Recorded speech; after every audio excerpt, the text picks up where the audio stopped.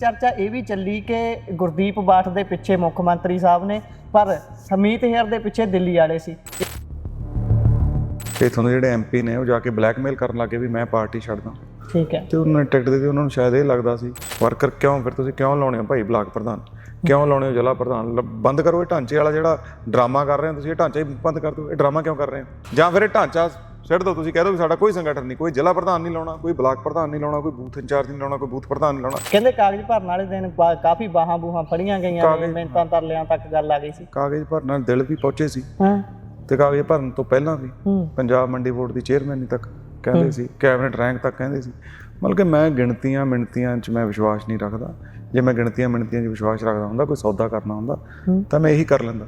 ਸੋ ਮਸਲਾ ਟਿਕਟ ਦਾ ਨਹੀਂ, ਮਸਲਾ ਹੈਗਾ ਜਿਹੜੇ ਪਾਰਟੀ ਸਿਧਾਂਤਾਂ ਨੂੰ ਲੈ ਕੇ ਚੱਲੀ ਸੀ, ਜਿਹੜੀ ਆਈਡੀਓਲੋਜੀ ਨੂੰ ਲੈ ਕੇ ਚੱਲੀ ਸੀ, ਜਦੋਂ ਉਹ ਤੋਂ ਇਹ ਪਾਸੇ ਹਟ ਗਈ, ਉਹ ਸਿਧਾਂਤਾਂ ਨੂੰ ਛਿੱਕੇ ਟੰਗਣ ਲੱਗ ਗਈ।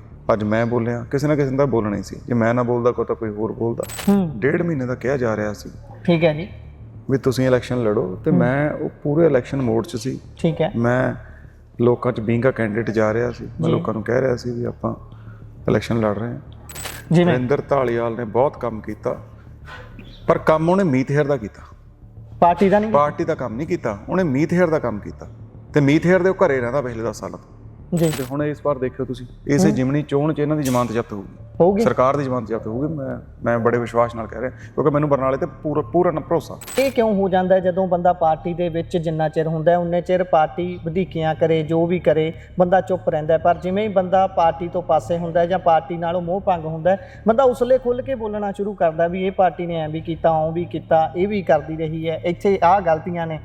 ਕਹਿ ਸਕਦੇ ਹੋ ਮੇਰੀ ਗਲਤੀ ਤਾਂ ਕੱਢ ਸਕਦੇ ਹੋ ਜੇ ਮੈਂ 27 'ਚ ਬੋਲਦਾ ਵੀ ਭਾਈ ਤੂੰ 5 ਸਾਲ ਸਰਕਾਰ ਹੰਢਾ ਲਈ ਤੇ ਹੁਣ ਤੂੰ ਪਾਰਟੀ ਤੋਂ ਉਲਟ ਬੋਲ ਰਿਹਾ। ਠੀਕ ਹੈ। ਮੈਂ ਤਾਂ 2.5 ਸਾਲ ਦੀ ਸਰਕਾਰ ਪਈ ਆ ਹਜੇ, ਮੈਨੂੰ ਤਾਂ ਵੱਡੀਆਂ ਵੱਡੀਆਂ ਆਫਰਾਂ ਸੀ।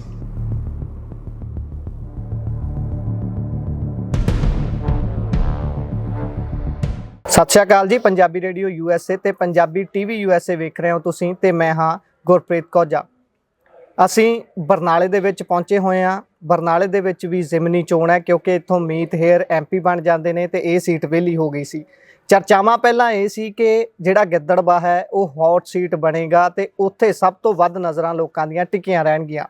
ਪਰ ਜਿਵੇਂ ਜਿਵੇਂ ਚੋਣ ਨੇੜੇ ਆਈ, ਉਮੀਦਵਾਰਾਂ ਦਾ ਐਲਾਨ ਹੋਇਆ, ਤਾਂ ਉਸ ਤੋਂ ਬਾਅਦ ਜਦੋਂ ਇਹ ਦਾਇਰਾ ਖੁੱਲ੍ਹਿਆ ਤਾਂ ਇਹ ਦਾਇਰਾ ਇੰਨਾ ਵਿਸ਼ਾਲ ਹੋ ਗਿਆ ਕਿ ਹੁਣ ਗਿੱਦੜਬਾਹਾ ਤੇ ਬਰਨਾਲਾ ਘੱਟ ਨਹੀਂ ਨੇ। ਬਰਨਾਲੇ ਨੂੰ ਵੀ ਉਸੇ ਅੱਖ ਦੇ ਨਾਲ ਦੇਖਿਆ ਜਾ ਰਿਹਾ, ਕਿਉਂਕਿ ਇੱਥੇ ਗੁਰਦੀਪ ਬਾਠ ਨੇ ਜਦੋਂ ਆਪਣੀ ਪਾਰਟੀ ਤੋਂ ਟਿਕਟ ਨਾ ਮਿਲਣ ਕਰਕੇ ਬਗਾਵਤ ਕੀਤੀ, ਜਾਂ ਆਪਣੇ ਪੱਧਰ ਦੇ ਉੱਪਰ ਉਹਨਾਂ ਨੇ ਉਮੀਦਵਾਰੀ ਆਪਣੀ ਐਲਾਨ ਦਿੱਤੀ ਕਿ ਮੈਂ ਇੱਥੋਂ ਚੋਣ ਲੜਨੀ ਹੈ, ਤਾਂ ਉਸ ਤੋਂ ਬਾਅਦ ਸਮੀਕਰਨ ਬਿਲਕੁਲ ਬਦਲ ਗਏ ਨੇ। ਗੁਰਦੀਪ ਬਾਠ ਬਾਈ ਹੁਣੀ ਸਾਡੇ ਨਾਲ ਨੇ, ਗੱਲਬਾਤ ਉਹਨਾਂ ਨਾਲ ਕਰਕੇ ਆਪਾਂ ਸਾਰੇ ਵਿਸ਼ਿਆਂ ਤੇ ਚਾਨਣਾ ਪਾਵਾਂਗੇ। ਬਹੁਤ ਬਹੁਤ ਸਵਾਗਤ ਹੈ ਬਾਈ। ਧੰਨਵਾਦ ਜੀ ਬਾਈ, ਇਹ ਜਿੱਦਾਂ ਗੱਲ ਕੀਤੀ ਕਿ ਗਿੱਦੜਬਾਹੇ ਦੀ ਤਾਂ ਸਾਰੇ ਗੱਲ ਕਰਦੇ ਸੀ ਕਿ ਉੱਥੇ ਸਮੀਕਰਨ ਬਹੁਤ ਟੇਢੇ ਨੇ, ਉੱਥੇ ਪਤਾ ਨਹੀਂ ਵੱਡੇ ਵੱਡੇ ਦਿੱਗਜ ਭਿੜ ਰਹੇ ਨੇ, ਪਰ ਜਿਹੜਾ ਬਰਨਾਲਾ ਹੈ ਉਹਦੇ 'ਚ ਤੁਸੀਂ ਪੂਰੀ ਗਰਮੀ ਵਧਾਤੀ। ਇਹ ਗਰਮੀ ਵਧਣ ਦਾ ਜਿਹੜਾ ਮੁੱਖ ਕਾਰਨ ਤਾਂ ਇਹੀ ਦੱਸਿਆ ਜਾਂਦਾ ਜਾਂ ਮੰਨਿਆ ਜਾਂਦਾ ਹੈ ਕਿ ਟਿਕਟ ਨਾ ਮਿਲਣਾ, ਪਰ ਤੁਸੀਂ ਇਸ ਨੂੰ ਕਿਵੇਂ ਦੇਖਦੇ ਹੋ? ਤੁਹਾਡਾ ਕੀ ਕਹਿਣਾ ਹੈ ਇਸ ਸਾਰੇ ਵਿਸ਼ੇ ਦੇ ਉੱਪਰ, ਜੋ ਕੁਝ ਹੋਇਆ ਬੀਤੇ ਦਿਨਾਂ 'ਚ ਤੁਹਾਡੇ ਨਾਲ, ਤੁਹਾਡੀ ਪਾਰਟੀ ਦੇ ਅੰਦਰ, ਤੇ ਤੁਸੀਂ ਇਸ ਸਥਿਤੀ 'ਚ ਅੱਜ ਖੜੇ ਹੋ ਕਿ ਆਪਣੀ ਪਾਰਟੀ ਜਿਹਦੇ ਲਈ ਤੁਸੀਂ ਪਿਛਲੇ 7-8 ਸਾਲ ਤੋਂ ਯੋਜਨਾ ਬੋਰਡ ਦੇ ਪ੍ਰਧਾਨ ਰਹਿੰਦਿਆਂ ਹੋਇਆਂ ਲੋਕਾਂ ਨੂੰ ਇਹ ਗਿਣਾਇਆ ਕਿ ਅਸੀਂ ਆਹ ਕੀਤਾ, ਉਹ ਕੀਤਾ, ਇੱਦਾਂ ਕੀਤਾ, ਹੁਣ ਉਹਦੇ ਉਲਟ ਸਾਰਾ ਕੁਝ ਤੁਹਾਨੂੰ ਇਹ ਕਹਿਣਾ ਪੈ ਰਿਹਾ ਵੀ ਆਹ ਪਾਰਟੀ 'ਚ ਆਹ ਕਮੀਆਂ ਨੇ, ਆਹ ਗਲਤੀਆਂ ਨੇ, ਤੁਸੀਂ ਮੈਨੂੰ ਚੁਣੋ। ਦੇਖੋ ਜੀ, ਅਸੀਂ ਜਦੋਂ 2014, 15, 16 ਉਹ ਇਨੀਸ਼ੀਅਲ ਪੀਰੀਅਡ ਸੀ ਜਦੋਂ ਅਸੀਂ ਆਮ ਆਦਮੀ ਪਾਰਟੀ ਨਾਲ ਜੁੜੇ ਸੀ, ਉਦੋਂ ਅਸੀਂ ਆਮ ਆਦਮੀ ਪਾਰਟੀ ਨਾਲ ਸੱਤਾ ਮੰਨਣ ਵਾਸਤੇ ਨਹੀਂ ਸੀ ਜੁੜੇ। ਠੀਕ ਹੈ ਜੀ। ਅਸੀਂ ਜੁੜੇ ਸੀ ਵੀ ਇੱਥੇ ਯਾਰ ਸੁਧਾਰ ਹੋ ਸਕੇ, ਕਿਉਂਕਿ ਪੁਰਾਣੀਆਂ ਰਵਾਇਤੀ ਪਾਰਟੀਆਂ ਨੇ ਬਹੁਤ ਜ਼ਿਆਦਾ ਘਾਣ ਕੀਤਾ ਸੀ ਪੰਜਾਬ ਦਾ। ਸੋ ਜਿੰਨੇ ਪੰਜਾਬ ਦੇ ਦਰਦੀ ਸੀ, ਜਿੰਨੇ ਪੰਜਾਬ ਦਾ ਦਰਦ ਰੱਖਣ ਵਾਲੇ ਲੋਕ ਸੀ, ਹੁਣ ਤੁਸੀਂ ਇਹ ਕਹਿ ਲਓ ਵੀ ਉਹ ਇਨਕਲਾਬੀ ਲੋਕ ਸੀ, ਉਹ ਆਮ ਆਦਮੀ ਪਾਰਟੀ ਵੱਲ ਨੂੰ ਵਧੇ। ਆਮ ਆਦਮੀ ਪਾਰਟੀ ਦਾ ਉਹਨਾਂ ਨੇ ਪੱਲਾ ਫੜਿਆ, ਉਹਨਾਂ 'ਚੋਂ ਹੀ ਅਸੀਂ ਸੀ। ਅਸੀਂ ਆਪਦੇ ਕਾਰੋਬਾਰ ਛੱਡ ਕੇ, ਕੰਮਕਾਰ ਛੱਡ ਕੇ, ਮੈਂ ਇੰਜੀਨੀਅਰਿੰਗ ਕਾਲਜ 'ਚ ਪੜ੍ਹਾਉਂਦਾ ਸੀ, ਅਸੀਂ ਛੱਡ ਕੇ ਇੱਧਰ ਨੂੰ ਲੱਗੇ, ਆਮ ਆਦਮੀ ਪਾਰਟੀ ਦਾ ਸਾਥ ਦਿੱਤਾ। ਟਿਕਟਾਂ ਵਾਸਤੇ ਸਾਡਾ ਨਾ ਉਦੋਂ ਰੌਲਾ ਸੀ ਨਾ ਹੁਣ, ਕਿਉਂਕਿ ਜੇ ਟਿਕਟਾਂ ਦਾ ਰੌਲਾ ਹੁੰਦਾ, ਜਿਵੇਂ ਕਿ ਟਿਕਟ ਨਾ ਮਿਲੀ ਜੀ, ਟਿਕਟ ਤਾਂ ਫਿਰ ਰੌਲਾ ਤਾਂ 2022 'ਚ ਹੀ ਪੈ ਜਾਂਦਾ, ਕਿਉਂਕਿ 18 ਦਾ ਮੈਂ ਜ਼ਿਲ੍ਹਾ ਪ੍ਰਧਾਨ ਲੱਗਿਆ। ਮੈਂ 4 ਸਾਲ ਹੋ ਗਏ ਸੀ ਮੈਨੂੰ ਲਗਾਤਾਰ ਜ਼ਿਲ੍ਹਾ ਪ੍ਰਧਾਨ ਲੱਗੇ ਨੂੰ, ਤੇ ਬਹੁਤਿਆਂ ਜ਼ਿਲ੍ਹਾ ਪ੍ਰਧਾਨਾਂ ਨੂੰ ਪਾਰਟੀ ਨੇ ਟਿਕਟਾਂ ਦਿੱਤੀਆਂ ਸੀ, ਬਹੁਤਿਆਂ ਨੇ ਦਾਅਵੇਦਾਰੀ ਪੇਸ਼ ਕੀਤੀ ਸੀ। ਮਤਲਬ ਕਿ ਜੇ ਮੈਨੂੰ ਇੰਨਾ ਕੋਈ ਟਿਕਟ ਦਾ ਲਾਲਚ ਹੁੰਦਾ ਤਾਂ ਮੈਂ ਉਸ ਵੇਲੇ ਹੀ ਟਿਕਟ ਮੰਗ ਕਰਦਾ। ਮੈਂ ਤਾਂ ਉਦੋਂ ਕੋਈ ਮੰਗ ਵੀ ਨਹੀਂ ਕੀਤੀ ਟਿਕਟ ਦੀ ਜੀ। ਸੋ ਮਸਲਾ ਟਿਕਟ ਦਾ ਨਹੀਂ, ਮਸਲਾ ਹੈਗਾ ਜਿਹੜੇ ਪਾਰਟੀ ਸਿਧਾਂਤਾਂ ਨੂੰ ਲੈ ਕੇ ਚੱਲੀ ਸੀ, ਜਿਹੜੀ ਆਈਡੀਓਲੋਜੀ ਨੂੰ ਲੈ ਕੇ ਚੱਲੀ ਸੀ, ਜਦੋਂ ਉਹ ਤੋਂ ਇਹ ਪਾਸੇ ਹਟ ਗਈ, ਉਹ ਸਿਧਾਂਤਾਂ ਨੂੰ ਛਿੱਕੇ ਟੰਗਣ ਲੱਗ ਗਈ, ਤਾਂ ਫਿਰ ਮੈਨੂੰ ਲੱਗਦਾ ਵੀ ਇਹ ਲਾਜ਼ਮੀ ਸੀ ਕਿਸੇ ਨਾ ਕਿਸੇ ਨੇ ਤਾਂ, ਅੱਜ ਮੈਂ ਬੋਲਿਆ, ਕਿਸੇ ਨਾ ਕਿਸੇ ਨੇ ਤਾਂ ਬੋਲਣਾ ਹੀ ਸੀ। ਜੇ ਮੈਂ ਨਾ ਬੋਲਦਾ ਕੋਈ ਤਾਂ ਕੋਈ ਹੋਰ ਬੋਲਦਾ। ਸੋ ਇਹ ਜ਼ਰੂਰੀ ਸੀ, ਮਤਲਬ ਕਿ ਸੋ ਪਾਰਟੀ ਨੂੰ ਪਤਾ ਲੱਗਣਾ ਚਾਹੀਦਾ। ਮੈਂ ਤਾਂ ਇਹ ਕਹੂੰਗਾ ਵੀ ਸਾਰੀਆਂ ਪਾਰਟੀਆਂ ਨੂੰ ਪਤਾ ਲੱਗਣਾ ਚਾਹੀਦਾ ਵੀ ਜੇ ਸਿਫਾਰਿਸ਼, ਪੈਸਾ ਤੇ ਪਰਿਵਾਰਵਾਦ ਤੁਸੀਂ ਬੜਾਵਾ ਦੇਵੋਗੇ ਤਾਂ ਲੋਕ ਨੇ ਜਿਹੜੇ ਤੁਹਾਨੂੰ ਮੂੰਹ ਨਹੀਂ ਲਾਉਣਗੇ। ਬਾਈ ਇਸ ਗੱਲ ਤੇ ਜ਼ਰਾ ਚਾਨਣਾ ਪਾਇਓ ਕਿ ਤੁਹਾਨੂੰ ਕਦੋਂ ਪਤਾ ਲੱਗਣਾ ਸ਼ੁਰੂ ਹੋ ਗਿਆ ਸੀ ਕਿ ਭਾਈ ਇਹ ਗੇਮ ਪਲਟਦੀ ਨਜ਼ਰ ਆ ਰਹੀ ਹੈ, ਜਾਂ ਤੁਹਾਨੂੰ ਕਦੋਂ ਇਹ ਮਹਿਸੂਸ ਹੋਇਆ ਵੀ ਹੁਣ ਇੱਥੇ ਕੁਝ ਗੜਬੜ ਹੋ ਰਹੀ ਹੈ? ਇਹ ਕਦੋਂ ਤੁਹਾਡੇ ਚੇਤੇ 'ਚ ਜਾਂ ਤੁਹਾਨੂੰ ਇਨਫੋਰਮੇਸ਼ਨ ਮਿਲੀ? ਇਹਦੇ ਬਾਰੇ ਜ਼ਰਾ ਦੱਸੋ। ਜਾਂ ਫਿਰ ਟਿਕਟ ਪਹਿਲਾਂ ਤੁਹਾਡੀ ਪੱਕੀ ਸੀ? ਇਹ ਵੀ ਦੱਸਿਆ ਜਾ ਰਿਹਾ, ਖਬਰਾਂ ਜੋ ਬਾਹਰ ਆ ਰਹੀਆਂ ਨੇ, ਕਿ ਤੁਹਾਨੂੰ ਅੰਤਲੇ ਸਮੇਂ ਤੱਕ ਫੋਨ ਕਾਲ ਇਹੀ ਆ ਰਹੇ ਸੀ ਕਿ ਬਾਠ ਸਾਡੇ ਲਈ ਪੱਕਾ ਹੈ, ਬਰਨਾਲੇ ਤੋਂ ਬਾਠ ਦੀ ਹੀ ਟਿਕਟ ਹੈ ਤੇ ਬਾਠ ਹੀ ਲੜੂਗਾ। ਪਰ ਅੰਤਲੇ ਸਮੇਂ 'ਚ ਜਿਹੜੀ ਗੇਮ ਪਲਟੀ ਹੈ, ਉਹ ਤੁਹਾਨੂੰ ਪਹਿਲਾਂ ਤੋਂ ਜੱਜਮੈਂਟ ਹੋ ਰਹੀ ਸੀ ਜਾਂ ਕਦੋਂ ਪਤਾ ਲੱਗਾ ਜਾ ਕੇ? ਨਹੀਂ, ਮੈਨੂੰ ਜੱਜਮੈਂਟ ਨਹੀਂ ਹੋ ਰਹੀ ਸੀ ਜੀ, ਮੈਨੂੰ ਤਾਂ ਕਿਹਾ ਗਿਆ ਸੀ, 1.5 ਮਹੀਨੇ ਦਾ ਕਿਹਾ ਜਾ ਰਿਹਾ ਸੀ। ਠੀਕ ਹੈ ਜੀ। ਵੀ ਤੁਸੀਂ ਇਲੈਕਸ਼ਨ ਲੜੋ, ਤੇ ਮੈਂ ਉਹ ਪੂਰੇ ਇਲੈਕਸ਼ਨ ਮੋਡ 'ਚ ਸੀ। ਠੀਕ ਹੈ। ਮੈਂ ਲੋਕਾਂ 'ਚ ਬੀਂਗ ਅ ਕੈਂਡੀਡੇਟ ਜਾ ਰਿਹਾ ਸੀ, ਮੈਂ ਲੋਕਾਂ ਨੂੰ ਕਹਿ ਰਿਹਾ ਸੀ ਵੀ ਆਪਾਂ ਇਲੈਕਸ਼ਨ ਲੜ ਰਹੇ ਹਾਂ। ਲੇਕਿਨ ਜਦੋਂ ਇਹ ਜਿਹੜਾ ਫੈਸਲਾ ਲਿਆ, ਇਹ ਤਾਂ on the spot shocking news ਸੀ ਸਾਡੇ ਸਾਰਿਆਂ ਵਾਸਤੇ, ਕਿਉਂਕਿ ਜਿਨ੍ਹਾਂ ਨੂੰ ਟਿਕਟ ਮਿਲੀ ਆ ਉਹ ਵੀ ਐਂਡ ਤੱਕ ਕਹਿੰਦੇ ਸੀ ਮਿਲੂਗੀ, ਪਤਾ ਨਾ ਮਿਲੂਗੀ। ਉਹ ਤਾਂ ਇੱਕ ਬਲੈਕਮੇਲ ਕਰਕੇ ਮੌਕੇ ਤੇ ਇੱਥੋਂ ਦੇ ਜਿਹੜੇ MP ਨੇ ਉਹ ਜਾ ਕੇ ਬਲੈਕਮੇਲ ਕਰਨ ਲੱਗੇ ਵੀ ਮੈਂ ਪਾਰਟੀ ਛੱਡਦਾ। ਠੀਕ ਹੈ। ਤੇ ਉਹਨਾਂ ਨੇ ਟਿਕਟ ਦੇ ਦਿੱਤੀ। ਉਹਨਾਂ ਨੂੰ ਸ਼ਾਇਦ ਇਹ ਲੱਗਦਾ ਸੀ ਵੀ ਭਾਈ ਗੁਰਦੀਪ ਬਾਠ ਤਾਂ ਸ਼ਰੀਫ ਆ, ਪਾਰਟੀ ਦਾ ਸੱਚਾ ਸਿਪਾਹੀ ਆ ਜੀ, ਨਰਮ ਆ, ਉਹਨੇ ਬੋਲਣਾ ਨਹੀਂ, ਉਹਨੂੰ ਟਿਕਾ ਲਾਂਗੇ, ਉਹਨੂੰ ਰੋਕ ਲਾਂਗੇ। ਪਰ ਮੈਂ ਇਹ ਕਹਿਣਾ ਚਾਹੁੰਦਾ, ਮੈਂ ਸ਼ਰੀਫ ਹਾਂ, ਕੋਈ ਗੱਲ ਨਹੀਂ, ਉਹਨਾਂ ਦਾ ਅੰਦਾਜ਼ਾ ਗਲਤ ਨਹੀਂ। ਮੈਂ ਸ਼ਰੀਫ ਹਾਂ, ਬਿਲਕੁਲ ਸ਼ਰੀਫ ਹਾਂ, ਪਰ ਮੈਂ ਡਰਪੋਕ ਨਹੀਂ ਜੀ। ਸ਼ਰੀਫ ਤੇ ਡਰਪੋਕ 'ਚ ਫਰਕ ਹੁੰਦਾ। ਸੋ ਮੈਂ ਡਰਪੋਕ ਨਹੀਂ, ਮੈਂ ਸ਼ਰੀਫ ਹਾਂ। ਪਰ ਜੇ ਤੁਸੀਂ ਐਂ ਯਾਰ ਸ਼ਰੀਫ ਬੰਦਿਆਂ ਨੂੰ, ਇਮਾਨਦਾਰ ਬੰਦਿਆਂ ਨੂੰ ਦੱਬਣ ਲੱਗ ਗਏ, ਫਿਰ ਅੱਗੇ ਤੁਸੀਂ ਕੀ ਸਰਵਾਈਵਲ ਚਾਹੁੰਦੇ ਹੋ ਜੀ? ਸੋ ਇਮਾਨਦਾਰੀ ਹੈ ਜਿਹੜਾ ਸਾਡਾ ਗਹਿਣਾ ਜੀ। ਸੋ ਮੈਂ ਇਮਾਨਦਾਰੀ ਦਾ ਪੱਲਾ ਨਾ ਪਹਿਲਾਂ ਛੱਡਿਆ, ਨਾ ਹੁਣ ਛੱਡੂੰਗਾ। ਤੇ ਮੈਂ ਇਹੀ ਲੋਕਾਂ 'ਚ ਲੈ ਕੇ ਜਾ ਰਿਹਾ।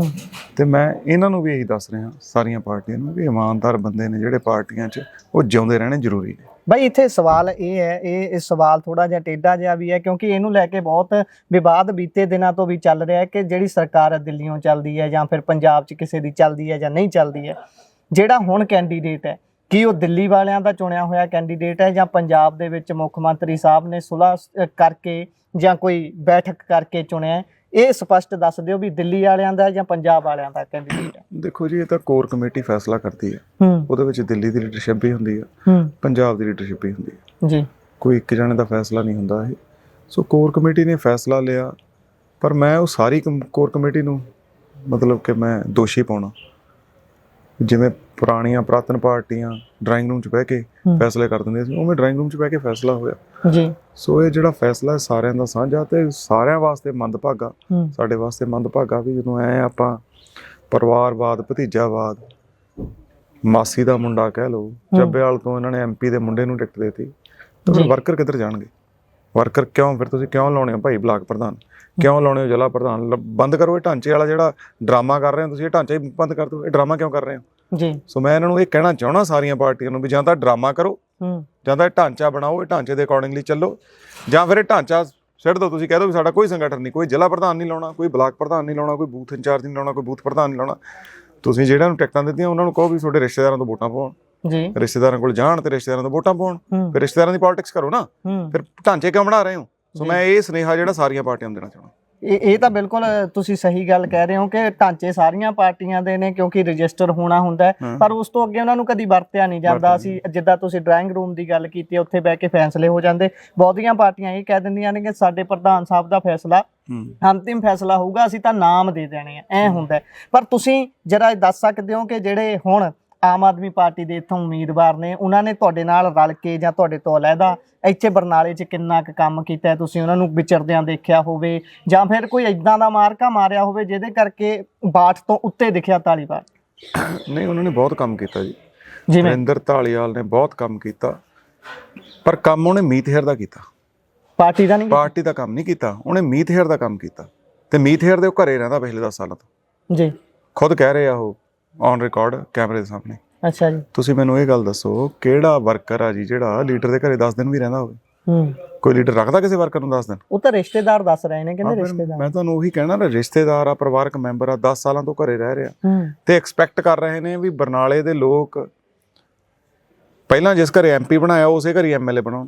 ਯਾਰ ਬਰਨਾਲੇ ਦੇ ਲੋਕ ਇੰਨੇ ਤੁਸੀਂ ਭੋਲੇ ਸਮਝ ਲਏ ਵੀ ਤੁਹਾਡੇ ਮਗਰ ਲੱਗ ਜਾਣਗੇ, ਵੀ ਤੁਸੀਂ ਜਿਹਨੂੰ ਮਰਜ਼ੀ ਟਿਕਟ ਦੇਵੋਗੇ ਤੇ ਬਰਨਾਲੇ ਦੇ ਲੋਕ ਵੋਟਾਂ ਪਾ ਦੇਣਗੇ। ਸੋ ਇਹ ਇਹਨਾਂ ਦੇ ਭੁਲੇਖੇ ਨੇ। ਜਿੰਨਾ ਕਿ ਮੈਂ, ਕਿਉਂਕਿ 5 ਦਿਨ ਰਹਿ ਗਏ ਪ੍ਰਚਾਰ ਦੇ, ਮੈਨੂੰ 10 ਦਿਨ ਹੋ ਗਏ ਲਗਾਤਾਰ ਮੈਂ ਲੋਕਾਂ ਜਾ ਰਿਹਾ, ਜਿੰਨਾ ਭਰਮਾ ਹੰਗਾਰਾ ਮਿਲ ਰਿਹਾ, ਮੈਨੂੰ ਇਹ ਲੱਗਦਾ ਵੀ ਇਹਨਾਂ ਦੀ ਇਸ ਵਾਰ ਜ਼ਮਾਨਤ ਜ਼ਬਤ ਹੋਊਗੀ। ਬਾਈ ਜਦੋਂ ਇੱਥੇ ਮੁੱਖ ਮੰਤਰੀ ਸਾਹਿਬ ਪ੍ਰਚਾਰ ਲਈ ਆਉਂਦੇ ਨੇ, ਉਹਨਾਂ ਨੂੰ ਸਵਾਲ ਤੁਹਾਡੇ ਬਾਰੇ ਕੀਤਾ ਜਾਂਦਾ ਹੈ ਕਿ ਗੁਰਦੀਪ ਬਾਠ ਇਕੱਲੇ ਤੌਰ ਤੇ ਮੈਦਾਨ ਦੇ ਵਿੱਚ ਹੈ ਤੇ ਉਹਨਾਂ ਨੇ ਕਿਹਾ ਕਿ ਸੰਵਿਧਾਨਕ ਹੱਕ ਹੈ, ਆ ਸਕਦੇ ਨੇ। ਉਸ ਤੋਂ ਬਾਅਦ ਇੱਕ ਚਰਚਾ ਇਹ ਵੀ ਚੱਲੀ ਕਿ ਗੁਰਦੀਪ ਬਾਠ ਦੇ ਪਿੱਛੇ ਮੁੱਖ ਮੰਤਰੀ ਸਾਹਿਬ ਨੇ, ਪਰ ਹਮੀਤ ਹੇਅਰ ਦੇ ਪਿੱਛੇ ਦਿੱਲੀ ਵਾਲੇ ਸੀ, ਇਸੇ ਕਰਕੇ ਸਾਰਾ ਕੁਝ ਹੋਇਆ। ਨਾ ਤਾਂ ਮੀਤ ਹੇਅਰ ਨੇ ਹਾਲੇ ਤੱਕ ਕੋਠੀ ਛੱਡੀ ਹੈ, ਮੀਤ ਹੇਅਰ ਉਹ ਕੋਠੀ ਤੇ ਹੀ ਕਬਜ਼ਾ ਰੱਖਣਾ ਚਾਹੁੰਦਾ ਹੈ, ਇਹ ਐਮਐਲਏ ਬਣਾ ਕੇ ਵੀ।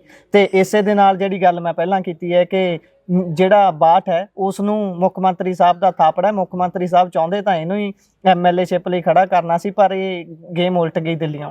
ਕੀ ਕਹੋਗੇ? ਮੈਂ ਤਾਂ ਦੇਖੋ ਥਾਪੜਾ, ਮੈਂ ਤਾਂ ਕਹਿਣਾ ਜੀ ਮੈਨੂੰ ਥਾਪੜਾ ਸਾਰੇ ਦੇਣ, ਚਾਹੇ ਅਰਵਿੰਦ ਕੇਜਰੀਵਾਲ ਹੋਣ, ਚਾਹੇ ਭਗਵੰਤ ਸਿੰਘ ਮਾਨ ਹੋਣ। ਹਾਲੇ ਵੀ ਹਾਂ, ਮੈਂ ਚਾਹਣਾ ਵੀ ਦੇਖੋ ਇਮਾਨਦਾਰ ਬੰਦੇ ਨੂੰ ਸਾਰਿਆਂ ਦਾ ਸਾਥ ਚਾਹੀਦਾ। ਮੈਂ ਤਾਂ ਜਿਵੇਂ ਲੋਕਾਂ ਤੋਂ ਵੋਟਾਂ ਮੰਗ ਰਿਹਾ, ਮੇਰੇ ਲਈ ਤਾਂ ਉਹ ਵੀ ਉਹ ਨੇ, ਇੱਕ ਵੋਟਰ ਨੇ ਨਾ ਜੀ, ਵੋਟਰ ਨੇ, ਸਪੋਰਟਰ ਨੇ, ਉਹਨਾਂ ਦੀ ਜਿੰਨੀ ਵੀ ਇੱਥੇ ਸਪੋਰਟ ਆ ਉਹ ਦੇਣ। ਮੈਂ ਤਾਂ ਸਾਰਿਆਂ ਤੋਂ ਕਹਿ ਰਿਹਾ ਵੀ ਦੇਖੋ ਇਮਾਨਦਾਰ ਬੰਦੇ ਦਾ ਸਾਥ ਆ ਜਿਹੜਾ ਉਹ ਸਾਰਿਆਂ ਨੂੰ ਦੇਣਾ ਚਾਹੀਦਾ। ਤਾਂ ਹੀ ਤਾਂ ਮੈਂ ਇਹ ਲੜਾਈ ਲੜ ਰਿਹਾ ਵੀ ਜੇ ਆਪਾਂ ਇਮਾਨਦਾਰੀ ਤੋਂ ਥੜਕੇ ਆ, ਜੇ ਆਪਾਂ ਬੇਈਮਾਨੀ ਨੂੰ ਪ੍ਰੈਫਰੈਂਸ ਦਿੱਤੀ ਆ, ਤਾਂ ਦੇਖੋ ਹਾਲਾਤ ਕੀ ਹੋ ਗਏ ਵੀ ਬਰਨਾਲੇ ਦੇ ਵਿੱਚ ਕੋਈ ਬੰਦਾ ਇਹ ਗੱਲ ਕਹਿਣ ਨੂੰ ਤਿਆਰ ਨਹੀਂ ਵੀ ਸਰਕਾਰ ਆ ਜਿਹੜੀ ਉਹ ਟੱਕਰ 'ਚ ਵੀ ਆ। ਤੁਸੀਂ ਸਰਵੇ ਕਰ ਸਕਦੇ ਹੋ ਬਰਨਾਲੇ ਦੇ ਵਿੱਚ, ਤੁਸੀਂ ਸਰਵੇ ਕਰ ਸਕਦੇ ਹੋ, ਬਾਜ਼ਾਰਾਂ 'ਚ ਤੁਸੀਂ ਜਾ ਸਕਦੇ ਹੋ, ਪਿੰਡਾਂ 'ਚ ਤੁਸੀਂ ਜਾ ਸਕਦੇ ਹੋ। ਜਦੋਂ ਕੋਈ ਗੱਲ ਆਮ ਆਦਮੀ ਪਾਰਟੀ ਦੀ ਕਰਦੇ ਆ ਤਾਂ ਉਹ ਕਹਿੰਦੇ ਨਹੀਂ ਜੀ ਉਹਦਾ ਛੱਡੋ, ਤੁਸੀਂ ਇਹ ਤਾਂ ਜਾਂ ਤਾਂ ਬਾਠ ਜਿੱਤੂ ਜਾਂ ਦੂਜੇ ਕੈਂਡੀਡੇਟਾਂ ਦੇ ਨਾਮ ਲਏ ਜਾਂਦੇ ਆ ਵੀ ਉਹਨਾਂ ਨਾਲ ਟੱਕਰ ਆ। ਕੋਈ ਕਹਿੰਦਾ, ਤੁਸੀਂ ਬਾਜ਼ਾਰ ਜਾ ਕੇ ਪੁੱਛੋ, ਕੋਈ ਕਹਿੰਦਾ ਗੁਰਦੀਪ ਬਾਠ ਤੇ ਕੇਵਲ ਸਿੰਘ ਢਿੱਲੋਂ ਦੀ ਟੱਕਰ ਆ, ਠੀਕ ਹੈ ਜੀ, ਕੋਈ ਕਹਿੰਦਾ ਜੀ ਗੁਰਦੀਪ ਬਾਠ ਤੇ ਕਾਲੇ ਢਿੱਲੋਂ ਦੀ ਟੱਕਰ ਆ। ਮਤਲਬ ਕਿ ਲੋਕ ਚਲੋ ਆਪਣੀ ਆਪਣੀ ਸਮਝ ਨਾਲ ਨਾ ਲੋਕ ਅੰਦਾਜ਼ੇ ਲਾ ਰਹੇ ਨੇ ਜੀ ਜੀ, ਪਰ ਸਰਕਾਰ ਦੀ ਤਾਂ ਕੋਈ ਟੱਕਰ ਦੀ ਵੀ ਨਹੀਂ ਗੱਲ ਕਰ ਰਿਹਾ।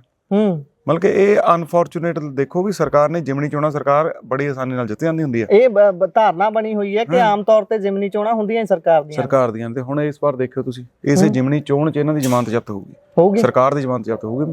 ਮੈਂ ਬੜੇ ਵਿਸ਼ਵਾਸ ਨਾਲ ਕਹਿ ਰਿਹਾ ਕਿਉਂਕਿ ਮੈਨੂੰ ਬਰਨਾਲੇ ਤੇ ਪੂਰਾ ਭਰੋਸਾ। ਬਾਈ ਵੋਟਰਾਂ ਦੀ ਗੱਲ ਕਰ ਲੈਂਦੇ ਆ, ਤੁਹਾਡੇ ਹਲਕੇ ਦੇ ਵਿੱਚ ਜੇ ਗੱਲ ਕਰੀਏ ਬਰਨਾਲੇ ਸ਼ਹਿਰ ਦੀ 80,000 ਦੇ ਕਰੀਬ ਕੱਲੀ ਸ਼ਹਿਰ ਦੀ ਵੋਟ ਹੈ, ਪਰ ਦੂਸਰੇ ਪਾਸੇ ਜਿਹੜੀ ਪਾਰਟੀ ਮੈਦਾਨ 'ਚੋਂ ਪਾਸੇ ਹੋ ਗਈ ਹੈ, ਪੰਜਾਬ ਦੀ ਇੱਕੋ ਇੱਕ ਖੇਤਰੀ ਪਾਰਟੀ ਸ਼੍ਰੋਮਣੀ ਅਕਾਲੀ ਦਲ, ਉਸ ਦੇ ਵੋਟਰ ਨੂੰ ਲੈ ਕੇ ਕੋਈ ਰਣਨੀਤੀ ਹੈ, ਕੋਈ ਗੱਲਬਾਤ ਕਿਸੇ ਤੱਕ ਪਹੁੰਚ ਕੀਤੀ ਗਈ ਹੋਵੇ ਜਾਂ ਤੁਹਾਡੇ ਮਨ ਦੇ ਵਿੱਚ ਕੋਈ ਇੱਛਾ ਹੋਵੇ ਕਿ ਜੇਕਰ ਜਿਹੜਾ ਉਹਨਾਂ ਦਾ ਕੋਰ ਉਹ ਹੈ ਵੋਟਰ ਹੈ ਉਹਨੇ ਕਿਸੇ ਪਾਸੇ ਜਾਣਾ ਹੈ ਤਾਂ ਉਹ ਕਿਉਂ ਨਾ ਤੁਹਾਡੇ ਵੱਲ ਆਵੇ? ਕੋਈ ਇਹੋ ਜਿਹੀ ਤੁਹਾਡੇ ਵੱਲੋਂ ਰਣਨੀਤੀ ਜਾਂ ਕੋਈ ਉਪਾਅ ਕੀਤਾ ਗਿਆ ਹੋਵੇ ਇਹਦੇ ਲਈ? ਦੇਖੋ ਜੀ, ਮੈਂ ਰਣਨੀਤੀਕਾਰ ਨਾ ਅੱਜ ਆ ਨਾ ਕੱਲ੍ਹ ਆ, ਕਿਉਂਕਿ ਮੈਂ ਜੇ ਐਡੀਆਂ ਕੈਲਕੂਲੇਸ਼ਨਾਂ ਕਰਨ ਵਾਲਾ ਹੁੰਦਾ ਤਾਂ ਮੈਨੂੰ ਤਾਂ ਪੰਜਾਬ ਮੰਡੀ ਬੋਰਡ ਦੀ ਕੁਰਸੀ ਦੇ ਰਹੀ ਸੀ ਸਰਕਾਰ,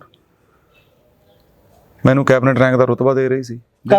ਹੁਣ ਮੈਨੂੰ ਕਾਗਜ਼ ਭਰਨ ਤੋਂ ਪਹਿਲਾਂ ਤੁਸੀਂ ਕਾਗਜ਼ ਨਾ ਭਰੋ, ਕਹਿੰਦੇ ਕਾਗਜ਼ ਭਰਨ ਵਾਲੇ ਦਿਨ ਕਾਫੀ ਬਾਹਾਂ ਬੂਹਾਂ ਫੜੀਆਂ ਗਈਆਂ ਨੇ, ਮਿੰਟਾਂ ਤਰਲਿਆਂ ਤੱਕ ਗੱਲ ਆ ਗਈ ਸੀ। ਕਾਗਜ਼ ਭਰਨ ਨਾਲ ਦਿਲ ਵੀ ਪਹੁੰਚੇ ਸੀ ਤੇ ਕਾਗਜ਼ ਭਰਨ ਤੋਂ ਪਹਿਲਾਂ ਵੀ ਪੰਜਾਬ ਮੰਡੀ ਬੋਰਡ ਦੀ ਚੇਅਰਮੈਨੀ ਤੱਕ ਕਹਿੰਦੇ ਸੀ, ਕੈਬਨਿਟ ਰੈਂਕ ਤੱਕ ਕਹਿੰਦੇ ਸੀ। ਮਤਲਬ ਕਿ ਮੈਂ ਗਿਣਤੀਆਂ ਮਿਣਤੀਆਂ 'ਚ ਮੈਂ ਵਿਸ਼ਵਾਸ ਨਹੀਂ ਰੱਖਦਾ। ਜੇ ਮੈਂ ਗਿਣਤੀਆਂ ਮਿਣਤੀਆਂ 'ਚ ਵਿਸ਼ਵਾਸ ਰੱਖਦਾ ਹੁੰਦਾ, ਕੋਈ ਸੌਦਾ ਕਰਨਾ ਹੁੰਦਾ ਤਾਂ ਮੈਂ ਇਹੀ ਕਰ ਲੈਂਦਾ। ਸੋ ਮੈਂ ਤਾਂ ਅਪੀਲ ਕਰ ਰਿਹਾ ਲੋਕਾਂ ਨੂੰ ਤੇ ਮੈਨੂੰ ਵਿਸ਼ਵਾਸ ਆ ਵੀ ਜਿਹੜੇ ਸ਼੍ਰੋਮਣੀ ਅਕਾਲੀ ਦਲ ਕਿਉਂਕਿ ਨਹੀਂ ਮੈਦਾਨ 'ਚ, ਸੋ ਜਿਹੜੇ ਸ਼੍ਰੋਮਣੀ ਅਕਾਲੀ ਦਲ ਦੇ ਇਨਸਾਫ ਪਸੰਦ ਵੋਟਰ ਨੇ ਉਹ ਇਨਸਾਫ ਕਰਨਗੇ, ਉਹ ਸੱਚ ਦਾ ਸਾਥ ਦੇਣਗੇ, ਨਾ ਕਿ ਉਹ ਪਾਰਟੀਆਂ ਦਾ ਸਾਥ ਦੇਣਗੇ। ਪਾਰਟੀ ਬਾਈ ਤੋਂ ਉੱਪਰ ਉੱਠ ਕੇ ਉਹ ਚਿਹਰਿਆਂ ਦਾ ਸਾਥ ਦੇਣਗੇ, ਜਿਹੜੇ ਚਿਹਰੇ ਸੱਚੇ ਆ, ਸੁੱਚੇ ਆ, ਜਿਹੜੇ ਚਿਹਰੇ ਉਹਨਾਂ ਨੂੰ ਲੱਗਦੇ ਆ ਵੀ ਉਹ ਇਮਾਨਦਾਰੀ ਨਾਲ ਆ ਜਿਹੜਾ ਲੋਕਾਂ ਦੀ ਸੇਵਾ ਕਰ ਸਕਦੇ ਆ, ਉਹਦਾ ਸਾਥ ਦੇਣਗੇ। ਆਖਰੀ 2 ਸਵਾਲ ਨੇ, ਇਸ ਤੋਂ ਬਾਅਦ ਅਲਵਿਦਾ ਚਾਹਾਂਗੇ ਤੁਹਾਡੇ ਕੋਲੋਂ। ਇਹ ਆਖਰੀ ਸਵਾਲ ਮੇਰਾ ਇਹ ਸੀ ਕਿ ਜਿਸ ਤਰੀਕੇ ਦੇ ਨਾਲ ਹੁਣ ਤੁਸੀਂ ਮੈਦਾਨ ਦੇ ਵਿੱਚੋਂ ਜਦੋਂ ਇਹ ਸਾਰੀਆਂ ਗੱਲਾਂ ਹੋ ਰਹੀਆਂ ਨੇ, ਤੁਸੀਂ ਪ੍ਰਚਾਰ 'ਚ ਵੀ ਜੁਟੇ ਹੋਏ ਹੋ, ਕਿਤੇ ਇਹ ਗੱਲ ਤਾਂ ਨਹੀਂ ਹੋ ਰਹੀ ਬਰਨਾਲਾ ਵਾਸੀਆਂ ਦੇ ਨਾਲ, ਬਰਨਾਲੇ ਦੇ ਨਾਲ, ਕਿ ਤੁਸੀਂ ਇਸ ਗੱਲ ਨੂੰ ਅੱਗੇ ਲੈ ਕੇ ਚੱਲ ਰਹੇ ਹੋ ਵੀ ਭਾਈ ਇਹਨਾਂ ਨੇ ਐਂ ਕੀਤਾ, ਇਹਨਾਂ ਨੂੰ ਆਪਾਂ ਮੂੰਹ ਸਿੱਟਣਾ, ਮੈਨੂੰ ਜਿਤਾਓ? ਇਸ ਸਾਰੇ ਦੇ ਵਿੱਚ ਬਰਨਾਲੇ ਦੇ ਧਰਾਤਲ ਦੇ ਮੁੱਦੇ ਚੱਕੇ ਜਾ ਰਹੇ ਨੇ, ਕਿਤੇ ਉਹ ਤਾਂ ਨਹੀਂ ਪਿੱਛੇ ਰਹਿ ਜਾਣਗੇ? ਨਹੀਂ, ਧਰਾਤਲ ਦੇ ਮੁੱਦੇ ਬਿਲਕੁਲ ਚੱਕੇ ਜਾ ਰਹੇ ਨੇ। ਜਿਵੇਂ ਕਿ ਧਰਾਤਲ ਦੇ ਮੁੱਦੇ ਬਿਲਕੁਲ ਚੱਕੇ ਜਾ ਰਹੇ ਨੇ। ਸਾਡਾ ਪਾਰਕਿੰਗ ਦੀ ਬਰਨਾਲੇ ਦੀ ਬੜੀ ਵੱਡੀ ਸਮੱਸਿਆ ਜੀ, ਪਾਰਕਿੰਗ ਬਣਾਉਣ ਵਾਲੀ ਆ। ਬਰਨਾਲੇ ਦੇ ਲੋਕ ਬੜੇ ਪਰੇਸ਼ਾਨ ਰਹਿੰਦੇ ਆ। ਬਾਜ਼ਾਰ ਦੇ ਵਿੱਚ ਹੋਰ ਬਹੁਤ ਦਿੱਕਤਾਂ ਨੇ। ਸਾਡੇ ਗੰਦੇ ਪਾਣੀ ਦੀ ਨਿਕਾਸੀ ਦਾ ਬੜਾ ਵੱਡਾ ਮੈਟਰ ਆ। ਨਾਲਾ ਜਾਂਦਾ ਬਾਜ਼ਾਰ ਦੇ ਵਿੱਚ ਦੀ, ਠੀਕ ਹੈ। ਸੋ ਉਹਨੂੰ ਵੀ ਠੀਕ ਕਰਨ ਦੀ ਬੜੀ ਵੱਡੀ ਜ਼ਰੂਰਤ ਆ। ਧਨੌਲੇ ਦੇ ਵਿੱਚ ਜਿਹੜਾ ਅਸੀਂ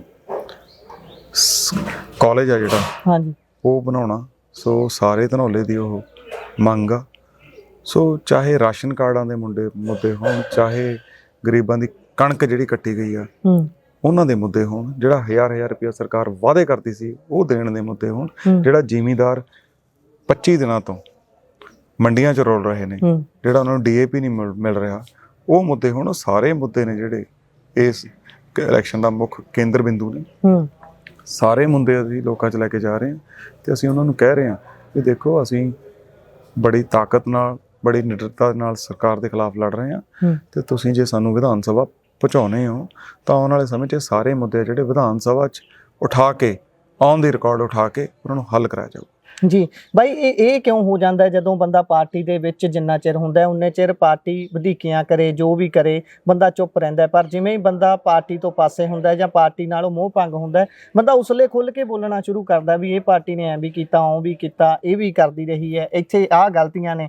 ਇਹ ਰਾਜਨੀਤੀ ਦਾ ਹੀ ਹਿੱਸਾ ਇਹਨੂੰ ਮੰਨੀਏ ਜਾਂ ਫਿਰ ਜਾਗ ਹੀ ਉਸ ਤੋਂ ਬਾਅਦ ਆਉਂਦੀ ਹੈ ਜਦੋਂ ਸਾਰਾ ਕੁਝ ਰੁੜ ਜਾਂਦਾ? ਤੁਸੀਂ ਮੈਨੂੰ ਜਾਗ ਤੁਸੀਂ ਇਹ ਕਹਿ ਸਕਦੇ ਹੋ, ਮੇਰੀ ਗਲਤੀ ਤਾਂ ਕੱਢ ਸਕਦੇ ਹੋ ਜੇ ਮੈਂ 27 'ਚ ਬੋਲਦਾ ਵੀ ਭਾਈ ਤੂੰ 5 ਸਾਲ ਸਰਕਾਰ ਹੰਢਾ ਲਈ ਤੇ ਹੁਣ ਤੂੰ ਪਾਰਟੀ ਤੋਂ ਉਲਟ ਬੋਲ ਰਿਹਾ। ਠੀਕ ਹੈ। ਮੈਂ ਤਾਂ 2.5 ਸਾਲ ਦੀ ਸਰਕਾਰ ਪਈ ਆ ਹਜੇ, ਮੈਨੂੰ ਤਾਂ ਵੱਡੀਆਂ ਆਫਰਾਂ ਸੀ।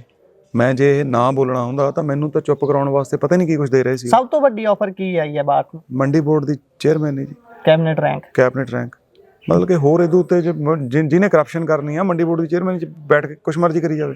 ਸਾਰੇ ਪੰਜਾਬ ਦਾ ਕਹਿ ਲਓ ਮੰਡੀ ਬੋਰਡ ਇੱਕ ਪੈਰਲਲ ਗਵਰਨਮੈਂਟ ਆ।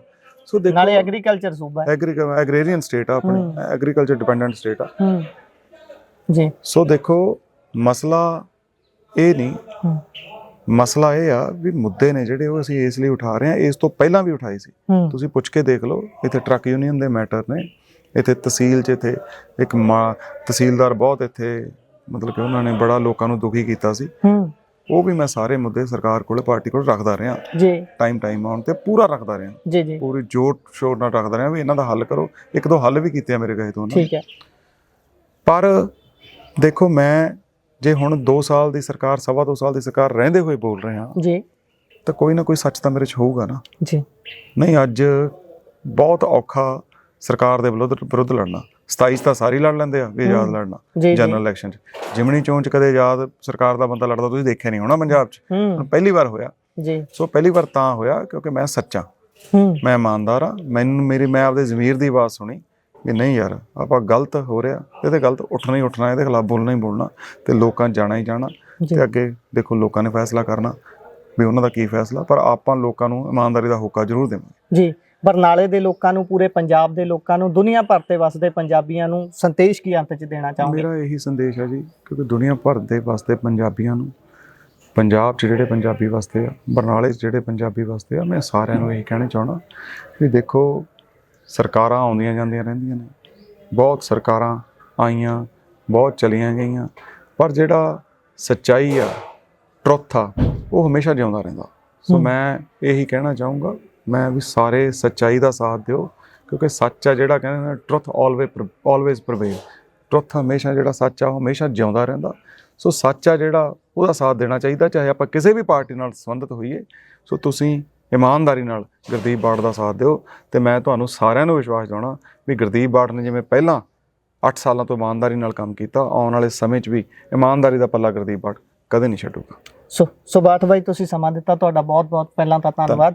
ਤੇ ਇਸੇ ਤਰ੍ਹਾਂ ਤੁਸੀਂ ਜਿਸ ਤਰੀਕੇ ਨਾਲ ਲੱਗੇ ਹੋਏ ਹੋ, ਸੰਘਰਸ਼ ਕਰਦੇ ਰਹੋ। ਬਹੁਤ ਧੰਨਵਾਦ। ਸੋ ਇਹ ਸਨ ਸਾਡੇ ਨਾਲ ਬਾਈ ਗੁਰਦੀਪ ਸਿੰਘ ਬਾਠ ਹੁਣੀ, ਜਿਹੜੇ ਕਿ ਬਰਨਾਲਾ ਤੋਂ ਆਜ਼ਾਦ ਉਮੀਦਵਾਰ ਵਜੋਂ ਵਿਚਰ ਰਹੇ ਨੇ, ਮੈਦਾਨ ਦੇ ਵਿੱਚ ਨੇ, ਚੋਣ ਪ੍ਰਚਾਰ ਦੀਆਂ ਜਿਹੜੀਆਂ ਰੁਝੇਵੇਂ ਹੁੰਦੇ ਨੇ ਉਹਨਾਂ 'ਚ ਰੁੱਝੇ ਹੋਏ ਨੇ। ਉਹਨਾਂ 'ਚੋਂ ਸਮਾਂ ਕੱਢ ਕੇ ਉਹਨਾਂ ਨਾਲ ਗੱਲਬਾਤ ਕੀਤੀ ਹੈ, ਗੱਲਬਾਤ ਸਾਰੀ ਤੁਹਾਡੇ ਅੱਗੇ ਰੱਖੀ ਹੈ। ਉਹਨਾਂ ਨੇ ਆਪਣੇ ਵਿਚਾਰ, ਆਪਣੀ ਗੱਲਬਾਤ ਦੇ ਜ਼ਰੀਏ ਜੋ ਕੁਝ ਵੀ ਤੁਹਾਨੂੰ ਦੱਸਿਆ, ਜੇਕਰ ਤੁਹਾਨੂੰ ਉਸਨੇ ਪ੍ਰਭਾਵਿਤ ਕੀਤਾ ਹੈ ਤਾਂ ਤੁਸੀਂ ਆਪਣੇ ਵਿਚਾਰ ਰਾਹੀਂ ਟਿੱਪਣੀਆਂ ਸਾਡੇ ਨਾਲ ਸਾਂਝੇ ਕਰ ਸਕਦੇ ਹੋ। ਜੁੜੇ ਰਹੋ ਪੰਜਾਬੀ ਰੇਡੀਓ USA ਦੇ ਨਾਲ। ਧੰਨਵਾਦ। ਸਤਿ ਸ਼੍ਰੀ ਅਕਾਲ।